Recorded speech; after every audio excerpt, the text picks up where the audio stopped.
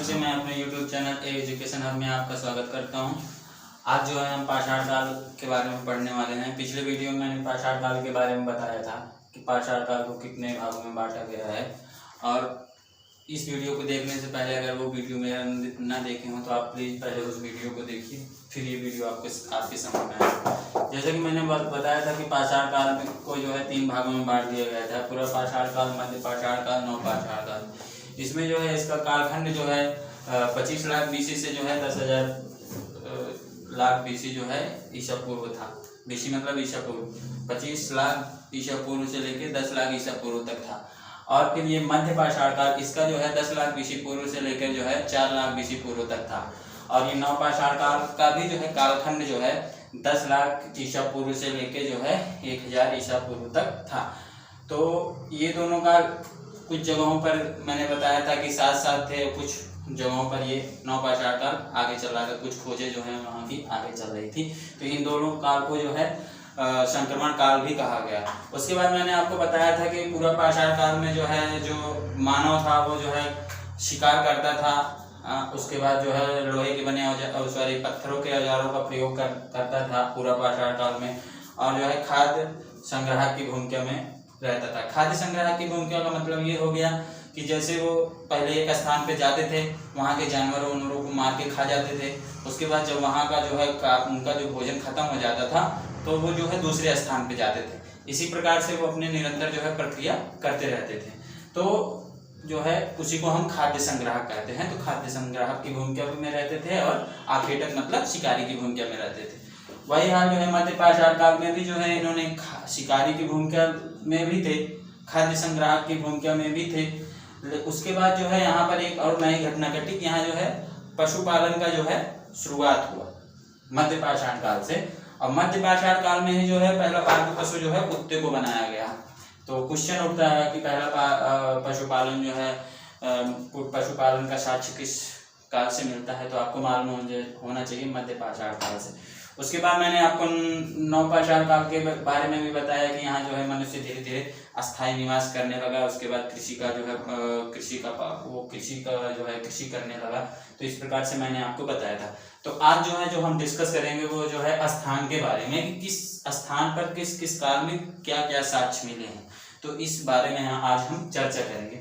देखिए पूरा पाषाण काल का पहले हम देखते हैं पूरा पाषाण में कौन कौन से स्थान पे क्या क्या साक्ष्य मिले हैं। और ये जो मैं आज आपको टॉपिक कुछ महत्वपूर्ण जो भारतीय स्थान है उनके बारे में बताऊंगा, और यहाँ से बहुत सारे क्वेश्चन जो है उठते हैं, तो प्लीज इसको पहले ध्यान दीजिएगा ध्यान से। तो पहला स्थान देखिए अतरीपक्कम, ये जो है तमिलनाडु में स्थित है। यहाँ से जो है मानव खोपड़ी का जो है प्रथम साक्ष्य जो है अतरीपक्कम से मिलता है, जो तमिलनाडु में है। ये आपको ध्यान देना चाहिए। हथनोरा जो मध्य प्रदेश में, हथनोरा मध्य प्रदेश में, और अतरीपक्कम तमिलनाडु है। इन दोनों जगहों से जो है मानव खोपड़ी के प्रथम साक्ष्य मिलते हैं। क्वेश्चन आता है कि मानव खोपड़ी के जो प्रथम साक्ष्य है वह किस स्थान से मिलते हैं, तो आपको मालूम होना चाहिए अतरीपक्कम या हथनोरा जो मध्य प्रदेश में है। उसके बाद देखिए दूसरा, पहला पॉइंट था। दूसरा पॉइंट ये है कि जो है भीमबेटका, एक बहुत ही पूछा जाता है, भीमबेटका जो मध्य प्रदेश में है, यहाँ से जो है चित्रकारी के जो है प्रथम साक्ष्य मिले हैं। यहाँ जब खुदाई हुई तो यहाँ जो है चित्रकारी के कुछ ऐसे साक्ष्य मिले हैं, प्रथम साक्ष्य मिले हैं चित्रकारी के।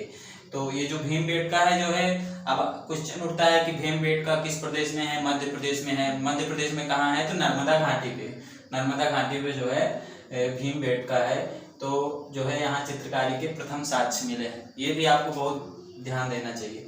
उसके बाद आ जाता है मिर्जापुर। देखिए मिर्जापुर यूपी में है, यूपी में मिर्जापुर में जो है तीनों देखिए जो भीमबेटका है, क्यों इसको जो है ज्यादा इंपॉर्टेंट देते हैं, क्योंकि जो चित्रकारी के साक्ष्य हैं पूरा पाषाण काल के भी साक्ष्य मिले, मध्य पाषाण काल के भी साक्ष्य मिले, और नव पाषाण काल के भी साक्ष्य मिले। चित्रकारी के जो साक्ष्य हैं ये जो है तीनों कालखंडों के चित्रकारी के साक्ष्य इस काल मतलब मध्य प्रदेश भीमबेटका में मिले।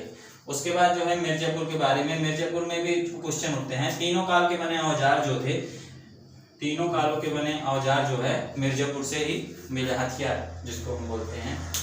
तो और उसके बाद हम मध्य पाषाण काल में आते हैं। मध्य पाषाण काल में देखिए पहला क्वेश्चन आता है चौपानी मांडो।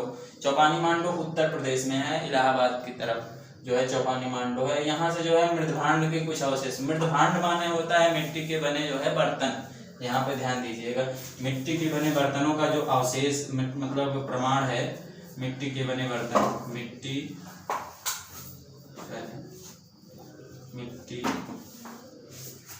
के बने बर्तन, मृदभांड का मतलब है मिट्टी के बने बर्तन। तो चौपानी मांडो उत्तर प्रदेश से जो है मिट्टी के बने बर्तनों का जो है प्रमाण जो है चौपानी मांडो से मिला, जिसको हम मृदभांड क्वेश्चन में आता है मृदभांड के जो प्रमाण थे वो कहाँ से मिले, तो आपको मालूम होना चाहिए कि चौपानी मांडो यूपी से मृदभांड के साक्ष्य मिले। देखिए मध्य पाषाण काल के ज्यादा साक्ष्य जो है अपने उत्तर प्रदेश से ही ज्यादातर मिलते हैं। इसमें भी जो है देखिए 2-3 हैं जो है वो इम्पोर्टेंट, जैसे है बागौर, देखिए बागौर जो है राजस्थान में है, यहाँ से जो है, और बागौर और आदमगढ़ जो मध्य प्रदेश में है, यहाँ दोनों जगहों से जो है पशुपालन के जो है प्रथम साक्ष्य मिले। क्वेश्चन उठता है कि पशुपालन के जो साक्ष्य हैं वो किस काल में मिले, जो प्रमाण है जो पशुपालन के अवशेष हैं जो है किस काल में मिले। आपको मालूम होना चाहिए कि पशुपालन का जो है प्रथम साक्ष्य है वो जो है मध्य पाषाण काल से मिले, और इसी काल में आपको मालूम होगा कि आग का प्रयोग हुआ था। मतलब आग का जो खोज हुआ था वो तो पूरा पाषाण काल में हुआ था, लेकिन जो व्यवहारिक रूप से आग का प्रयोग किए जाने वाला है, जिस समय मनुष्य जाना कि आग का प्रयोग किस लिए किया जाता है, तो ये मध्य पाषाण काल से ही जो है आग का प्रयोग सर्वप्रथम मनुष्य आग का प्रयोग जो है मध्य पाषाण काल में ही किया। उसके बाद ये थे रिलेटेड। उसके बाद हम नव पाषाण काल में आते हैं। नव पाषाण में सबसे देखिए मोस्ट बुर्ज होम जो है कश्मीर में स्थित है, आपको मालूम होना चाहिए कश्मीर में स्थित है। यहाँ से जो प्रमाण मिले वो गर्तवास माने गड्ढों में रहने का साक्ष्य जो है यहाँ से मिले। यहाँ से क्वेश्चन बहुत सारे उठते हैं कि गड्ढे में रहने का जो प्रमाण है वो कहाँ से मिले, आपको मालूम होना चाहिए। बुर्ज होम जो कश्मीर में स्थित है वहाँ से जो है मानव जो है गड्ढे में रहने का, मानव के गड्ढे में रहने का साक्ष्य मिला। और फिर यहाँ एक और मिला कि कब्र में मालिक के साथ कुत्ते का जो प्रमाण है, कुत्ते का दफनाने में जो कब्र है उसमें जो है उनके मालिक के साथ जो है कुत्तों के दफनाने का जो साक्ष्य है वो भी जो है बुर्ज होम से ही मिला।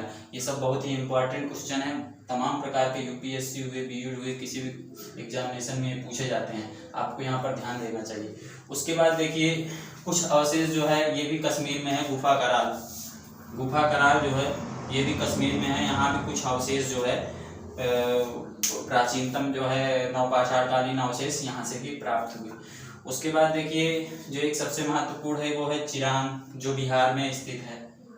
चिरांग स्थान जो है जो बिहार में पड़ता है, यहाँ से भी जो है मृदभांड मतलब जो है मृदभांड और जो है मृदभांड जैसे मतलब मिट्टी के बने बर्तन और इंसान का मतलब औजार और हड्डी के पत्थरों का जो है हड्डी के बने औजारों का भी जो है कुछ प्रमाण जो है चिरांग जिले से मिला बिहार के। और उसके बाद जो मोस्ट इम्पोर्टेंट है देखिए यूपी से कोलडीवा, मालूम होगा आपको यूपी में पड़ता है कोलडीवा।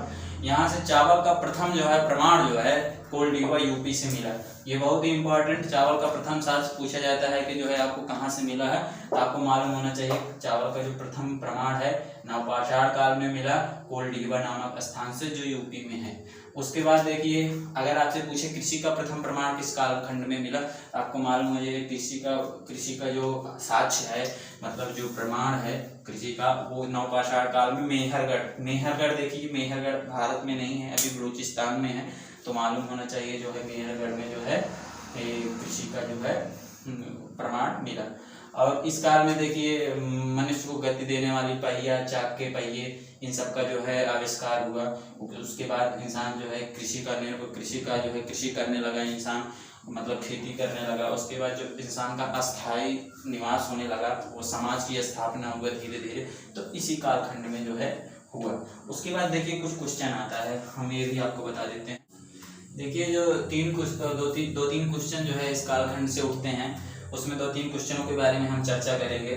जैसे जो कॉमन चीज़ है इसको आपको याद ही रहना चाहिए। जैसे मानव द्वारा पहला धातु क्या था, तो आपको पता होना चाहिए तांबा जो पहला धातु था, मानव द्वारा पहला जो धातु का खोज हुआ वो था तांबा।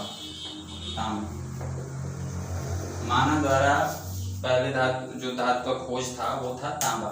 और मानव द्वारा जो पहला हथियार बनाया गया उसका नाम था कुल्हाड़ी, ये भी याद होना चाहिए, कुल्हाड़ी, ठीक है। उसके बाद एक क्वेश्चन और आता है वो तो मालूम ही हो, मानव द्वारा पहला पालतू पशु कुत्ता था, जो मध्य पाषाण काल में जो है इसका खोज हुआ। उसके बाद देखिए ये सब थे जो है पाषाण काल से संबंधित जो है मैंने आपको बताया। ये टॉपिक यहीं पे समाप्त होता है। उसके बाद जो हम अपना नेक्स्ट वीडियो देंगे उसमें हम कांस्य युग के बारे में थोड़ा चर्चा करेंगे और लव युग के बारे में चर्चा करेंगे। उसके बाद हम सीधे जो है अपने जो प्राचीनतम सभ्यता है सिंधु घाटी सभ्यता के बारे में जो है आप लोगों को बहुत अच्छे तरीके से पढ़ाएंगे। तो प्लीज़ हमारे चैनल पे बने रहिए और लाइक और सब्सक्राइब हमारे चैनल को करना ना भूलें। तब तक के लिए